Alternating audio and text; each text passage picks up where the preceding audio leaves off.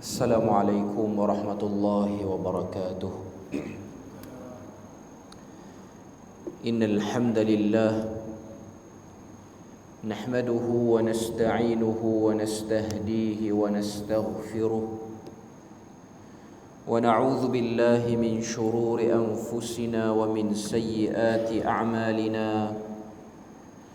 من يهده الله فلا مضل له ومن يضلله فلا هادي له. أشهد أن لا إله إلا الله وحده لا شريك له وأشهد أن محمدا عبده ورسوله. يا أيها الذين آمنوا اتقوا الله وقولوا قولا سديدا يصلح لكم أعمالكم ويغفر لكم ذنوبكم ومن يطع الله ورسوله فقد فاز فوزا عظيما. الحمد لله الذي بنعمته تتم الصالحات. ربنا آتنا من لدنك رحمة وهيئ لنا من أمرنا رشدا. اللهم آت نفسي تقواها وزكيها وأنت خير من زكاها أنت وليها ومولاها. أما بعد. Alhamdulillah, syukur pada Allah Azza wa Jal kerana dengan rahmat dan juga limpah kurnia yang Allah Ta'ala berikan dapat kita bersama pada malam ni. Perbahasan kita malam ni berbeza sikit sebab malam ni kita tidak menyambung perbahasan daripada bacaan pelik dan ganjil dalam salat namun sahih. Tapi kita punya kuliah malam ni ialah kuliah khas berkenaan dengan kemerdekaan, bersempena dengan kita ni masih lagi dalam sambutan kemerdekaan negara kita yang ke-66. Cuma tajuk kita pada malam ni bukan nak membahaskan tentang sejarah keluarnya negara kita daripada penjajah lampau, sama ada British ataupun Jepun. Mungkin kita akan sentuh sikit, tapi kita nak fokus lebih lagi, iaitu merdekanya seorang Muslim itu dari segi apa. Sebelum pada kita masuk untuk kita tengok tajuk ni dengan lebih dalam lagi, saya nak ajak tuan-tuan dan puan-puan untuk kita dengar, teliti dan hayati ayat kedua daripada surah Al-Jumu'ah. Ayat kedua daripada surah Al-Jumu'ah, Allah Ta'ala firman, bunyinya, a'udzubillahi minasyaitanir rajim, huwallazi ba'asa fil ummiyina rasulan minhum yatlu 'alaihim ayatihi wa yuzakkihim wa yu'allimuhumul kitaba wal hikmah wa in kanu min qablu lafi dhalalin mubin. Maksudnya Allah Ta'ala sebut, dialah Tuhan yang telah menghantar atau mengutuskan kepada bangsa yang ummi. Ummiyin situ ialah merujuk kepada masyarakat Arab yang berada dalam keadaan jahiliyah, berada dalam keadaan gelap. Kelam lah kita sebut, gelap gelemat. Rasulan, Allah Ta'ala sebut dihantar kepada kaum yang ummi ini satu orang utusan. Minhum, utusan itu pula datang daripada keturunan yang sama. Ummiyin selain daripada maksudnya bangsa Arab yang jahiliyah, dari segi kata itu ataupun dari segi perkataan itu, ummi ini bermaksud satu kelompok manusia yang tak pernah keluar daripada kawasan tu, ataupun istilah kita sebut anak mak. Sebab tu perkataan itu ialah ibu maksudnya. Dia tak pernah keluar, dia tak tahu situasi tempat orang, tak tahu. Tapi dalam kelompok masyarakat Arab jahiliyah tu secara keseluruhannya, taklah semuanya mereka tu daripada kalangan orang yang tak pernah keluar langsung. Ada yang pernah keluar, ada yang buat kerja, deal dengan kerajaan-kerajaan yang hebat yang berada di sekitar tanah Arab pada waktu itu. Dan yang paling hebat ialah Rom dan Parsi. Antaranya ialah Amru bin Al-As. Ni antara sahabat sebelum dia masuk Islam. Dia antara orang yang selalu dihantar sebagai wakil Quraisy untuk pergi deal dengan kerajaan-kerajaan besar. Bahkan dengan sebab selalu dia buat kerja ni, dia dapat menguasai beberapa bahasa lain. Sebab tu kita tengok dalam sirah Nabi, kita akan tengok ada satu bapa ataupun ada satu peristiwa ketika mana sebahagian orang Islam diarahkan oleh Nabi berhijrah ke Habsyah, yang jadi wakil Quraisy untuk pergi deal, untuk pergi berbincang dengan An-Najasyi yang menjadi pemimpin bagi Habsyah pada waktu itu, ialah Amru bin Al-As sebelum Islamnya. Dalam riwayat banyak sebut dia bercakap dengan Raja An-Najasyi itu dengan bahasa orang Habsyah. Orang Habsyah ni dia tak bercakap dengan bahasa Arab. Habsyah ni hari ni di mana? Habsyah ni hari ni ialah di Ethiopia. Negara Afrika, nama dia Ethiopia. Ibu negara dia sekarang nama dia Addis Ababa. Kita tahu sekarang negara-negara Afrika ni sedang buat kebangkitan. Diorang nak keluar daripada cengkaman Itali dan France ni. Diorang nak keluar daripada cengkaman tu. Kita tengok kebangkitan Afrika mulai ada. Dan tuan-tuan jangan ingat Afrika ni semua orang kulit hitam. Termasuk dalam negara Afrika ni juga ialah negara-negara yang bercakap Arab. Antaranya ialah Mesir. Mesir dalam benua Afrika. Selain daripada itu ialah Libya. Libya dalam benua Afrika. Selain daripada itu ialah Algeria, Aljazair. Ini pun dalam benua Afrika. Dan selain daripada itu Sudan dan lain-lain lah. Cuma saya nak sebutnya ialah Amru bin Al-As ni, waktu dia pergi jumpa Ashamah An-Najasyi itu, dia belum masuk Islam. Dia antara orang musyrikin Mekah, Quraisy, yang agak berkembang sikit. Sebab dia tengok, orang kata apa? Dia tengok bangsa-bangsa lain. Okay. Tapi merujuk pada ayat kedua surah Jumaah ni, Allah Ta'ala kelompokkan semua sekali mereka ni ummiyin. Mereka ni anak mak dari segi apa? Mereka ni manja dari segi apa? Mereka ni jahiliah dari segi apa? Nanti kita tengok. Kita nak habiskan dulu ayat ni. Allah Ta'ala kata yatlu alaihim ayatihi. Datangnya Rasul ini membacakan kepada bangsa dia yang ummi itu ayat-ayatku, iaitu Al-Quran.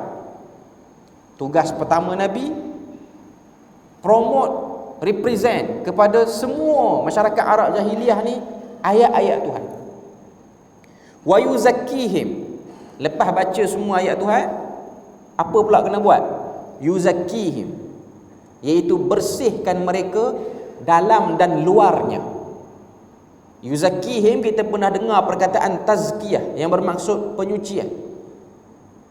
Penyucian ni dia dalam dan luar. Dalam bab penyucian ni dia ada dua unsur, takhliyah dan tahliyah. Takhliyah maksud dia apa? Mengosongkan tempat itu daripada benda-benda yang tak perlu. Tahliyah maksud dia apa? Memasukkan tempat yang nak diubah tu dengan benda-benda yang elok, yang diperlukan. Jadi tazkiyah ni dia kena kosongkan dulu, lepas tu dia masukkan benda lain pula, unsur yang baik. Tugas Nabi lepas bacakan ayat, Nabi kena tazkiyah mereka. Wa yu'allimuhumul kitaba wal hikmah, dan diajarkan kepada mereka kitab, iaitu Al-Quran, sebagai buku perundangan. Tapi taklah kata Quran tu keseluruhan hanya perundangan semata-mata. Dalam kitab itu juga adanya hikmah. Hikmah ni maksud dia apa? Bahasa Melayu mudah kita terjemah, kebijaksanaan. Duduk bawah kebijaksanaan ni pula apa dia? Akal dan budi. Ataupun bahasa kita sekarang kita sebut common sense, pun duduk bawah tu. Jadi tugas Nabi perkenal ayat Tuhan, bersihkan mereka, ajar pada mereka kefahaman yang betul tentang kitab itu, dan ajar pada mereka juga tata kehidupan yang baik, bermasyarakat macam mana, bernegara macam mana, berniaga, berekonomi, bermuamalah macam mana.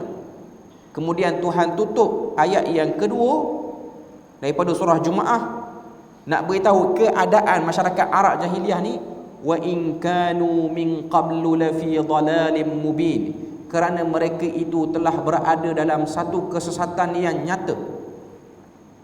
Sesat apa yang berlaku pada masyarakat Arab jahiliah ni?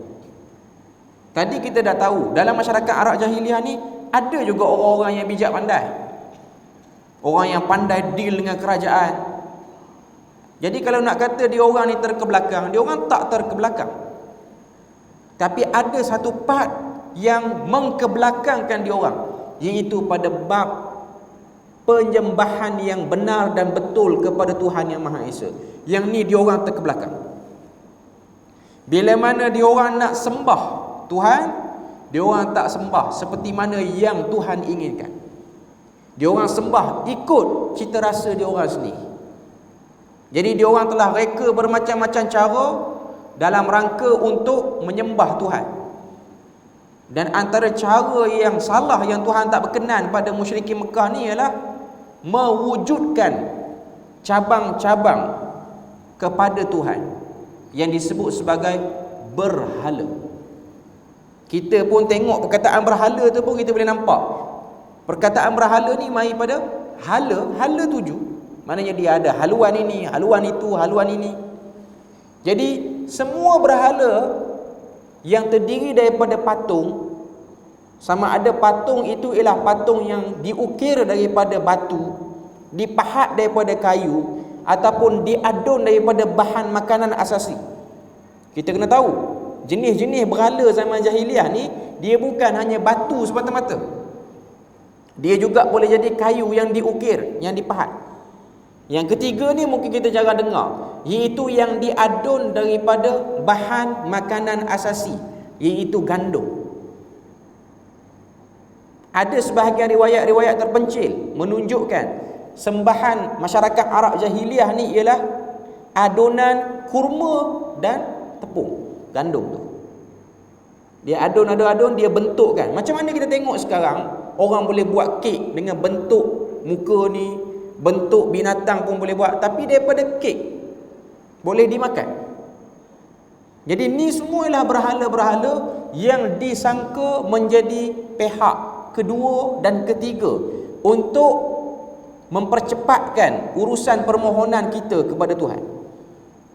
Jadi dia ada berhala untuk hujan, berhala untuk bagi berhenti hujan, berhala untuk kemarau, berhala untuk makan itu, berhala untuk musim menuai, berhala untuk musim cucuk tanam. Jadi menyebabkan kalau kita tengok dalam sirah terkenal, bilangan berhala ialah 360 berhala yang mengelilingi Kaabah, yang merupakan rumah Allah yang paling suci yang didirikan oleh Nabi Ibrahim itu.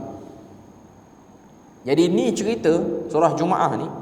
Surah Jumaah ni walaupun dia turun selepas hijrah Nabi, tapi dia nak recall balik. Dia nak suruh semua para sahabat ni duduk atas track yang betul. Nabi dan para sahabat duduk atas track yang betul, iaitu datangnya Nabi ni bukan nak buat kerja yang terlampau banyak. Matlamat dia tak banyak, tapi matlamat yang utama ialah mengembalikan mereka yang sesat itu ke jalan yang benar. Cuma poin yang paling utama sekali ialah mengeluarkan masyarakat Arab daripada jahiliyah. Kita jangan ingat jahiliyah ni dia khusus untuk Arab sahaja. Jahiliyah ni boleh kena pada mana-mana bangsa. Terjajahnya bangsa itu dengan jahiliyah, dia memang akan mengkebelakangkan bangsa tu. Walaupun bangsa tu dah lama merdeka daripada penjajah yang memang real datang, bawa senjata, bawa alat letupan apa semua, bawa dengan segala kelengkapan untuk ambil hasil bumi tempat kita, itu salah satu pada penjajahan. Tapi penjajahan yang lebih utama yang perlu dibimbangi oleh seorang Muslim ialah terjajahnya dia dengan jahiliyah. Jahiliyah ni mai pada perkataan jahil, yang bermaksud tak tahu apa. Satu orang yang kita kira bahasa yang kasar sikit ialah orang yang bodoh. Jahiliyah ni maksudnya orang yang bodoh, tak tahu apa undang-undang pun, kalau dia nak berpasangan, dia berpasangan dengan cara jahiliah. Kalau dia nak berurus niaga, dia berurus niaga dengan cara jahiliah. Jadi dalam Al-Quran ada 4 poin Allah Ta'ala suruh orang Islam, orang Muslim ni hati-hati dengan 4 ciri jahiliah ni. Yang ni yang kita nak bahas satu persatu ni. Kita tengok dalam Al-Quran, perkataan jahiliyah ni memang disebut dengan jelas pada 4 tempat. 4 tempat saja dalam Quran yang ada perkataan jahiliyah ni. Yang pertama kita boleh tanda, ianya pada surah Ali Imran ayat 154. Allah Ta'ala sebut pada Ali Imran 154, bunyinya, a'udzubillahi minasyaitanirrajim, وَطَائِفَةٌ قَدْ أَهَمَّتْهُمْ أَنفُسُهُمْ يَظُنُّونَ بِاللَّهِ غَيْرَ الْحَقِّ ظَنَّ الْجَاهِلِيَّةِ يَقُولُونَ هَلْ لَنَا مِنَ الْأَمْرِ مِنْ شَيْءٍ قُلْ إِنَّ الْأَمْرَ كُلَّهُ لِلَّهِ. Maksud dia, Allah Ta'ala kata, وَطَائِفَةٌ قَدْ أَهَمَّتْهُمْ أَنفُسُهُمْ, segolongan daripada mereka telah rasa cemas dalam diri mereka, dan mereka telah menyangka kepada Allah dengan sangkaan yang tidak benar, yang mana sangkaan itu sangkaan jahiliyah. Tuhan sebut yadhunnuna billahi ghairal haqqi dhannal jahiliyah yaquluna hal lana minal amr min syai' qul innal amra kullahu lillah. Sehingga mereka sembang sama-sama dia orang, kita ni ada lagi ke campur tangan Tuhan dalam urusan ni? Sesungguhnya segala urusan itu di tangan Allah. Ayat ni kalau baca terjemahan kita macam blind, nak cerita tentang siapa? Ayat ni cerita tentang sebilangan muslimin dalam perang Uhud. Perang Uhud ni perang orang Islam kalah. Sebelum terjadi kekalahan yang real tu, dia dah nampak bibit-bibit kekalahan tu dah ada. Waktu dekat-dekat nak kalah, waktu Nabi suruh berundur semua sebagai tanda kekalahan orang Islam, waktu tu ada sebahagian orang Islam ni, dia orang bercakap, bersembang. Sebab waktu tu dah berselerak dah keadaan orang Islam berterabur di medan Uhud ni. Ada sebahagian orang Islam kata, sebenarnya kita ni betul ke tidak sama dengan Muhammad ni? Ayat ni turun nak cerita, nak tegur sebahagian orang Islam yang sudah mulai ragu terhadap apa yang dibawa oleh Nabi. Keraguan tu Tuhan sebut dhannal jahiliyah. Ragunya mereka, sangkanya mereka terhadap Allah dan Rasul, itu sangkaan jahiliyah. Sehinggalah ayat tu Tuhan kata, qul innal amra kullahu lillah. Katakanlah segala urusan itu kembali kepada Allah Azza wa Jalla. Jadi jahiliyah ni, antara simptom-simptom dia tak nampak di muka orang tu, tapi dia ada dalam hati orang tu, iaitu sangkaan-sangkaan buruk, kurang yakin pada Allah Azza wa Jalla. Kita ni dah lama dah merdeka ni, dah lama dah merdeka. Tapi bila mana sampai pada benda-benda yang tak pasti, takdir Tuhan, kuasa Tuhan, kadang-kadang kita ni ada rasa ataupun terlintah nak persoalkan kerja Tuhan. Betul ke Tuhan ni dia boleh buat benda-benda ni? Ataupun kadang-kadang kenalah malapetaka apa pada kita, kita terfikir Tuhan ni betul ataupun tidak dia menyebelahi orang-orang yang bersabar. Kadang-kadang kita terlintas. Itu sangka jahiliyah. Kita masih lagi ada terbelenggu kita dengan sangkaan jahiliyah. Jadi dia terfikir tentang Allah Azza wa Jalla. Kadang-kadang dia tak yakin. Bila mana dia tengok hadis Nabi, Nabi kata siapa-siapa yang baca ayatul kursi sebelum dia tidur, sebelum dia baring, dia tak akan dikacau oleh syaitan sampai pagi. Waktu dengar tu, ya ke ayat ni boleh halau syaitan? Ini pun bahagian pada zannal jahiliyah. Bila mana Nabi kata siapa-siapa yang beristighfar, Allah Ta'ala akan jadikan pada dia jalan keluar yang tak dia sangka-sangka kalau dia ada masalah. Dia rasa ragu, takkan istighfar saja boleh selesaikan benda tu. Bila mana tengok hadis Nabi, Nabi kata kepada Abu Umamah Al-Bahili, baca doa ni kamu akan dikeluarkan daripada bebanan hutang. Ada hadis riwayat Imam Muslim, bila mana Nabi tengok Abu Umamah ni duduk dalam masjid runsing, Abu Umamah pun kata, aku ni dibelit hutang, runsing dengan sebab banyak hutang. Nabi kata, ambil doa ni, baca doa ni, hutang akan dilunaskan. Allahumma kfini bihalalika an haramik wa aghnini bifadlika amman siwak. Doa tu Nabi ajar pada Abu Umamah Al-Bahili. Ada satu riwayat lagi daripada Jabir. Waktu kita dengar ni, kita yang mungkin ada banyak komitmen bulanan apa semua ni, takkanlah doa ni boleh selesaikan semua. Dia ada ragu. Dia ada ragu situ. Okay. Ini ialah terbelenggunya kita dengan penjajahan jahiliyah. Okay. Itu yang pertama. Okay. Yang kedua, Allah Ta'ala sebut satu lagi perkataan jahiliyah dalam Al-Quran ni, surah Al-Ma'idah ayat yang ke-50. Allah Ta'ala sebut, a'udzubillahi minasyaitanirrajim, afa hukmal jahiliyyati yabghun wa man ahsanu minallahi hukma liqaumin yuqinun. Apakah mereka mahu mencari hukum perundangan jahiliyah? Siapakah yang lebih baik hukumnya bagi orang-orang yang yakin? Tadi ayat 154 surah Ali Imran, sangka jahiliyah yang ada dalam sebahagian daripada kita sebagai muslim. Yang kedua ni ialah mereka nak kepada hukmul wad'i. Hukmul wad'i ni maksud dia apa? Perundangan, tata cara, cara kehidupan yang diletakkan bukan daripada Allah Azza wa Jalla. Ayat 50 surah Al-Ma'idah ni, Allah Ta'ala kritik sebahagian manusia yang tinggalkan hukum Tuhan, lalu dia kedepankan aturan yang dibuat sendiri. Rasa tak yakin kalau pakai package undang-undang ni, tak yakin. Kita kena pakai yang ni dulu. Dia ada rasa seperti itu. Okay. Jadi nak kepada benda tu, dia panggil mengambil hukum jahiliyah. Itu yang kedua. Yang ketiga, Allah Ta'ala sebut dalam surah Al-Ahzab ayat 33, a'udzubillahi minasyaitanirrajim, wa qarna fi buyutikunna wa la tabarrajna tabarrujal jahiliyatil ula wa aqimnas salah.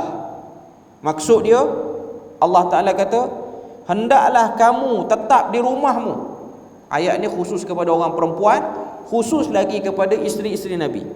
Janganlah kamu berhias seperti mana berhiasnya orang-orang jahiliyah yang awal dahulu, ataupun jahiliyah yang lampau. Wa aqimnas salah, dan dirikanlah salat. Sangka jahiliyah, hukum jahiliyah yang ketiga ini ialah bersolek ataupun bertabarruj dengan tabarruj jahiliyah, berhias dengan hias jahiliyah. Antara benda yang ada lagi pada orang-orang muslim ni ialah suka tabarruj dengan tabarrujnya jahiliyah. Okey. Saya nak kongsi pada tuan-tuan dan puan-puan. Kita tengok dalam Quran, Allah Ta'ala datangkan cerita kisah kaum Nabi Lut.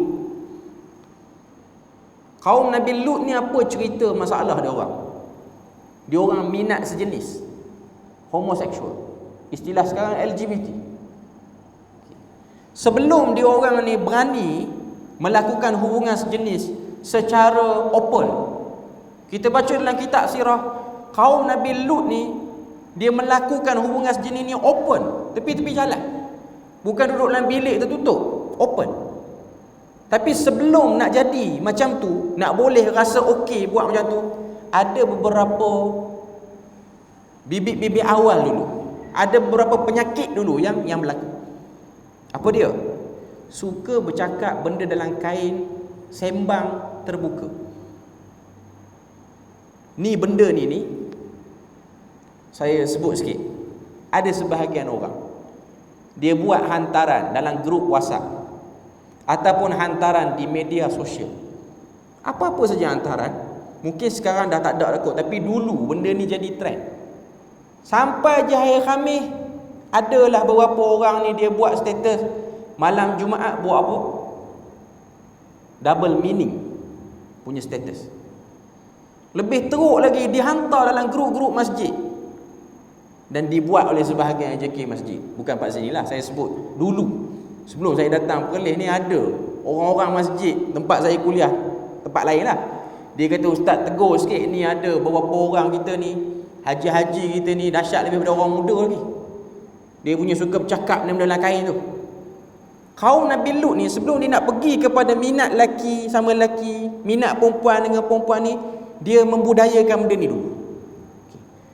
Yang kedua, ni maaf sebut bunyi kelakar, tapi ini memang betul, ada disebut dalam kitab-kitab sirah. Kentut merata. Kentut merata ni ialah menunjukkan orang yang dah kurang sifat malu dia. Kentut tu kena kentut supaya taklah kita simpan benda-benda yang tak sepatutnya. Sebab tu dalam hadis riwayat Tirmizi, saya tak berapa ingat hadis tu, cuma para ulama sebut ini ialah fiqhur rih, fiqh dalam kentut. Dalam kentut pun ada fiqh. Ada. Tuan-tuan jangan kentut tempat-tempat yang terbuka. Kentut boleh keluar jauh sikit pada orang. Kita buka hadis riwayat Abu Daud, Nabi ni kalau nak pergi buang hajat, termasuklah buang angin, Nabi jauh pada orang, paling jauh pada orang. Saya terkejut bila mana kita baca hadis ni, kita tengok ada satu negara di dunia ni, iaitu di Jepun. Jepun ni pernah jajah kita. Di Jepun ni, dia punya toilet awam dia, ataupun tandas awam, ataupun tandas yang digunakan di mana-mana lah, dia orang wujudkan satu, saya tengok satu dokumentari ni, satu butang dekat tandas tu. Butang tu dia akan mengeluarkan bunyi flash. Dia tak flash, dia keluarkan bunyi flash. Kita tekan je dia bunyi macam air keluar, tapi air tak keluar. Kita tekan tu dia akan ada dua jenis button. Button tu button pendek, dia tekan tu dia bunyi flash tu sekejap. Ada satu button lagi bunyi flash tu agak panjang sikit. Orang yang buat dokumentari ni Arab. Dia pergi ke Jepun tengok. Dia tanya, ni butang ni untuk apa? Butang ni supaya bila mana satu orang tu dia rasa nak kentut, dia nak tutup bunyi kentut dia tu dengan dia tekan butang flash ini. Bunyi flash. Kata pengarah lah kita kira kot, yang dalam video tu pengarah kepada yang jaga maintenance tanda-tanda awam di Jepun ni. Dia kata pakar kami telah melakukan pemerhatian hampir 2 bulan kaji kentut manusia, paling pendek berapa saat, paling panjang berapa saat. Ni orang yang nak fikir tentang hak asasi orang. Dia kata kalau tekan flash membazir air sebab tak basuh apa-apa lagi. Dia fikir, dan dia non-Muslim. Ni yang fikir ni, non-Muslim yang fikir. Saya kata kaum Nabi Lut ni, dia nak jadi LGBT tu, dia duk buat perangai ni. Dan yang disebut dalam kitab-kitab sirah, lelaki memakai pakaian perempuan, perempuan memakai pakaian lelaki. Lepas pada tu bila mana benda ni dah terbuka ataupun dah jadi kebiasaan, maka bermulalah pembukaan yang seterusnya, iaitu melakukan aksi bercumbuan di tepi jalan dengan pasangan masing-masing secara terbuka. Itu yang berlaku pada kaum Nabi Lut, sehinggalah mereka diazab oleh Allah Azza wa Jal dengan diterbalikkan tempat kediaman dia orang. Ayat yang ketiga tadi, ayat surah Al-Ahzab ayat 33, Allah Ta'ala kata, wahai sekalian orang perempuan, jangan kamu bertabarruj dengan tabarruj jahiliyah. Sebab konteks pada zaman itu, kebiasaannya yang beriah over ni ialah perempuan, lelaki tak. Tapi konteks kita hari ni di Malaysia kita ni, lelaki pun masuk sekali. Saya banyak kali mungkin sebut di sini, sebab kita pun tahu negara kita ni tidak aman dengan LGBT. Tak aman. Kita pun menerima tempias gelombang itu. Ini lebih teruk pada jahiliyah lagi. Ini penyakit umat terdahulu, sehingga keluar penyakit-penyakit yang pelik, sehingga pening nak atasi benda ni. Kena keluar fatwa lain pula kerana konsumnya ubat PrEP tu. Dulu pernah jadi isu, sekarang pun duk jadi isu lagi. Boleh ataupun tidak orang yang terlibat dengan LGBT ni dia konsum ubat PrEP. Sebab ubat PrEP ni ialah untuk avoid orang daripada kena penyakit HIV. Dulu kalau kita tengok ramai, bahkan di kalangan doktor perubatan pun dia ada dua kelompok, yang setuju dengan tak setuju. Dalam fatwa Perlis ni masih lagi menunggu proses akhir untuk tengok boleh ataupun tak boleh. Dah dibincangkan dalam majlis fatwa pun. Cuma nak katanya, makan tu pun hakikatnya, saya sebut daripada awal lagi. Hakikatnya dia kaedah rawatan dia tu, dia memang macam tu. Bila mana kita dengar daripada dua-dua pihak ni, tak boleh juga untuk kita kata tak boleh ambil langsung. Maknanya ada logiknya yang perlu dilihat.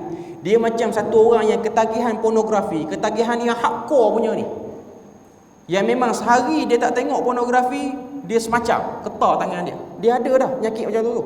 Dia dah ada. Yang ni kita tak boleh suruh dia stop tengok pornografi secara keras, tiba-tiba stop. Dia kena ada, orang kata apa, dia kena ada pengurangan. Kalau dia tengok tiap-tiap hari, bagi dia tengok 4 hari sekali ke, seminggu sekali. Tengok tu tak haram, tapi itu je cara yang boleh ubati dia. Tak ada cara lain dah.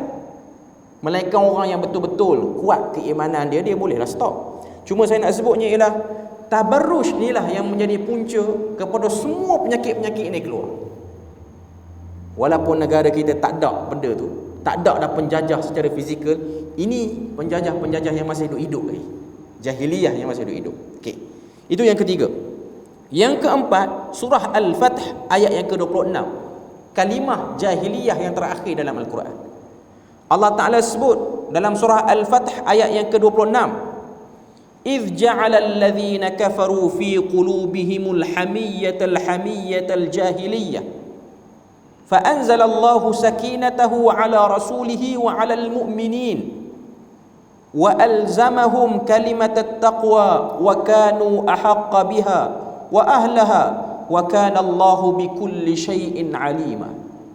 Maksud dia, Allah Ta'ala kata, ketika mana orang-orang kafir itu menanamkan dalam hati mereka kesombongan jahiliyah, lalu Allah Ta'ala turunkan ketenangan kepada para rasulnya dan kepada orang-orang beriman, dan Allah wajibkan kepada mereka kalimah takwa, dan adalah mereka berhak dengan kalimah takwa itu dan patutlah mereka memilikinya.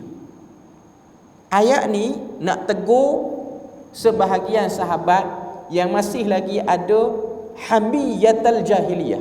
Hamiyatul jahiliyah ni maksud dia apa? Ketaksuban ataupun fanatik kepada kelompok tertentu.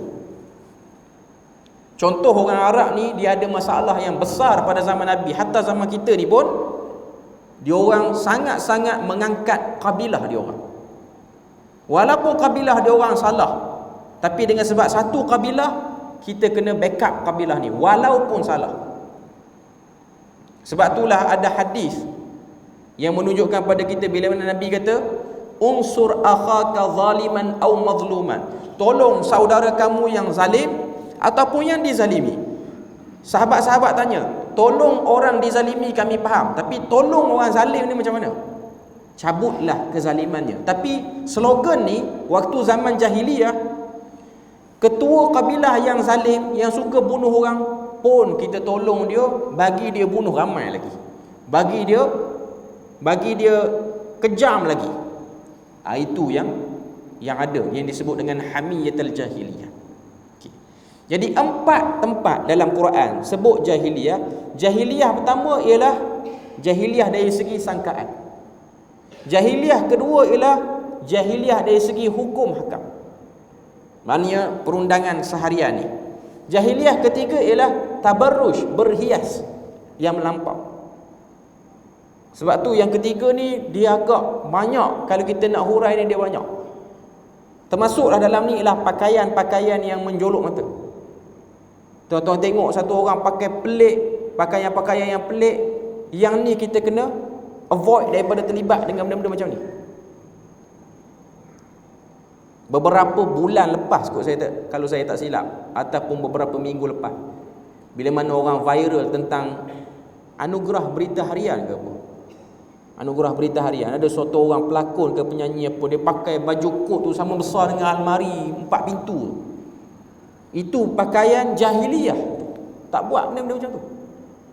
Sebab tu kalau tuan-tuan tengok hadis larangan jangan pakai jubah ataupun kain bawah pada buku lali ni, yang jadi khilaf di kalangan para ulama kerana fashion pada zaman jahiliah. Zaman jahiliah ni orang-orang pembesar, Abu Jahal, Abu Lahab, ni orang-orang kaya ni yang ada kedudukan, ada pangkat. Mereka ni kalau pakai pakaian, pakai jubah apa, jubah yang jenis melerik sampai ke lantai ni, sampai ke tanah ni. Jadi yang ujung-ujung tu hakikatnya nak berjalan dia payah. Sebab kita boleh tersangkut mana-mana, kita boleh jatuh. Jadi untuk menambah lagi kesombongan tu, apa dia orang buat? Dia orang upah hamba-hamba ni. Kalau hamba tak dapat upah lah. Kalau orang kata apa, khadam ni dia ada upah. Okey. Jadi dia orang upah orang ataupun dia orang guna hamba dia orang untuk jadi pihak yang pegang ujung kain tu. Ujung kain belakang. Kalau tengok benda ni berlaku mana? Dalam perkahwinan, wedding. Kan? Sebahagian orang kita ni dia tak nak pakai pakaian Melayu ni, dia nak pakai gaya Mak Saleh punya style. Yang perempuan pakai gaun apa semua, belakang tu ada orang tarik. Okay. Itu jahiliah. Jahiliah. Tak perlu buat. Tuan-tuan nak bersanding, tuan-tuan bersanding. Tapi bersanding ni pun ada hukum yang khilaf di kalangan para ulama. Saya sendiri rasa untuk tidak bersanding tu lebih selamat berbanding bersanding. Ada orang dia kata, ada sebahagian ahli ilmu kata bersanding boleh, tapi bersanding ni bersama dengan ahli keluarga terdekat saja. Payah nak jaga hari kahwin ni. Kita nak pastikan yang masuk tu mesti ahli keluarga saja, dia payah. Dia sangat payah. Tambah pula ada orang buat kajian ni kajian universiti lagi. Iaitu bersanding ni ialah adaptasi daripada pengamalan pada zaman Hindu, orang Melayu dulu, Melayu Hindu dulu. Saya tak naklah bahas benda tu. Cuma saya nak katanya ialah bab tabarruj jahiliyah ni ialah bab yang kita masih duk berada padanya sekarang. Berada di dalamnya sekarang. Jadi ini benda yang Quran mention. Dan yang keempat ialah kesombongan jahiliyah, iaitu ketaksuban ataupun fanatism. Empat benda ni, walaupun negara tu maju, penjajah dah belah lama pun daripada negara dia, ataupun dia tak pernah dijajah oleh mana-mana negara pun, kalau dia ada, dia terbelenggu dengan penjajahan jahiliyah.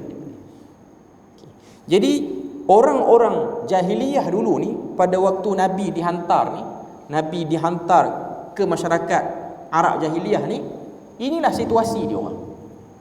Bila mana Nabi cerita tentang keesaan Allah, Maha perkasa Allah Azza wa Jalla, dia orang tak yakin. Dia orang rasa macam takkanlah Tuhan tak ambil pembantu walaupun seorang. Sebab tu dia orang wujudkan berhala. Dan bila mana hukum hakam, dia orang memang tak akan ambil daripada kitab, dia orang sendiri yang akan buat hukum-hukum dia orang sendiri.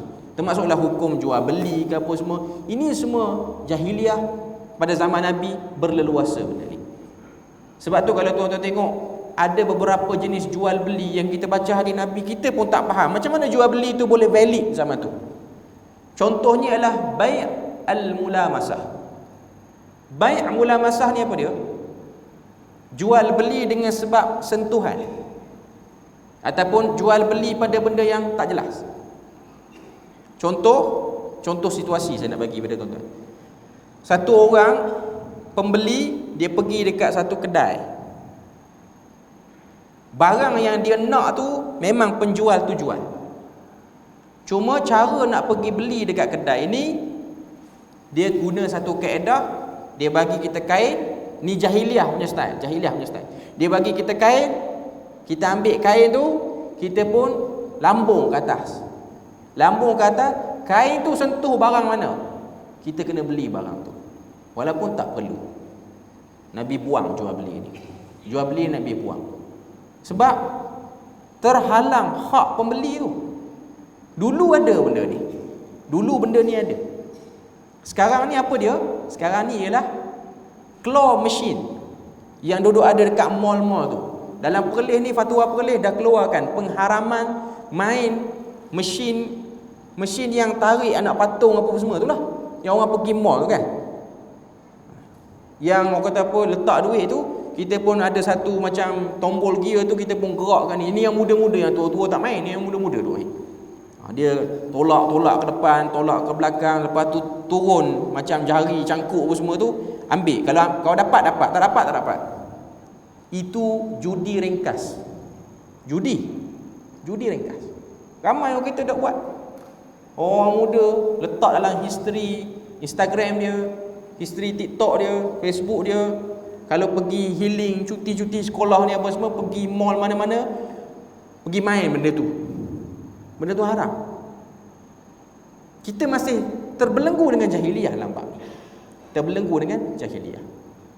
Sebab tu kalau kita tengok, bila mana nak cerita tentang jahiliah ni, Aisyah radhiyallahu anha dia ada cerita bila mana sahabat-sahabat ni mari tanya dia, perkahwinan zaman jahiliah ni macam mana? Perkahwinan zaman jahiliah ni kalau tuan-tuan tengok dalam apa yang disebut oleh Aisyah radhiyallahu anha, dahsyat. Orang Arab ni dia ada perkahwinan-perkahwinan yang brutal. Selain pada perkahwinan yang satu orang lelaki dia berkenan dengan perempuan ni, dia pergi jumpa wali, akad nikah, yang tu dikekalkan sampai sekarang, yang Islam dah aman ni lah. Dia ada 3 lagi perkahwinan yang sangat dahsyat. Yang pertama dia panggil nikah buda'ah, kalau saya tak silap. Bukan buda'ah, istibda'. Nikah istibda'. Nikah istibda' ni apa dia? Satu orang perempuan dia dah kahwin dengan cara sah, yang macam kita duk buat ni, orang Islam duk buat ni. Tapi bila mana dia mengandung, satu orang lelaki lain kena pergi tidur dengan dia. Kita bagi lalu azan dulu kot. Okey, saya nak habiskan sikit saja bab perkahwinan jahiliah ni. Nikah istibda' yang diceritakan oleh Aisyah radhiyallahu anha. Satu orang perempuan dia dah kahwin dan dia telah mengandung dengan suami asalnya. Dalam kepercayaan Arab jahiliah, untuk menjadikan anak dalam kandungan tu cerdik, dia perlu ditiduri oleh mana-mana lelaki lain. Sebab masyarakat Arab dia percaya percampuran 2 air mani akan mencerdikkan anak itu. Dahsyat ni. Yang ni kita dengar pun dah lain macam. Yang nikah yang ketiga ni ialah perempuan itu akan bersama dengan 10 orang lelaki sekaligus. Dan bila mana dia mengandung, dia akan tunggu sampai bayi itu lahir, dan dia akan pilih ayahnya mengikut kehendaknya. Dan dia tak ada istilah 10 orang ni lari ke bandar mana-mana, dia tak ada. Sebab dia orang tak rasa tengah buat salah pun. Dan dia orang akan terima benda tu. Dia orang ada perjanjian. Yang tu 10 lawan 1. Tadi 2 lawan 1. Yang ni lagi dahsyat. Yang ni seorang perempuan ni bila mana dia nak kahwin, dia letak satu tanda depan rumah dia. Biasanya bendera lah zaman jahiliah ni. Bendera tu bermaksud welcome, masuk. Siapa saja nak masuk, silakan masuk. Dia mungkin akan ditiduri oleh 100 orang lelaki atau 1000 orang lelaki, sehinggalah dia dapat anak. Dan dia akan pilih suami daripada mana-mana lelaki yang telah meniduri dia. Ini jahiliah punya style. Aisyah kata semua tu diharamkan oleh Islam kecuali satu, iaitu perkahwinan melalui keizinan walinya, dan kekallah dengan yang tu. Cuma nak katanya itulah jahiliah yang ada pada zaman dulu. Saya nak sebutnya ialah jahiliah ni Tuhan mention sampai 4 kali. Sebab penyakit ni dia akan boleh kena pada satu bangsa, pada satu komuniti, pada satu masyarakat tu bila mana dia berpaling pada Quran. Maknanya kita jangan syok rasa Arab je jahiliah, Melayu pun boleh kena jahiliah. Melayu pun boleh dipanggil Melayu jahiliah kalau sekiranya kita tak sedar benda ni. Jadi setakat tu sajalah kot kita punya kuliah pada malam ni. Moga Allah Ta'ala jadikan kita Muslim yang tak terbelenggu dengan jahiliah, bebas kita, merdeka kita daripada jahiliah. Setakat tu saja. Moga Allah Ta'ala beri rahmat dan berkat. Subhanakallahumma wa bihamdik, asyhadu an la ilaha illa anta, wa astaghfiruka wa atubu ilaik. Wassalamualaikum warahmatullahi wabarakatuh.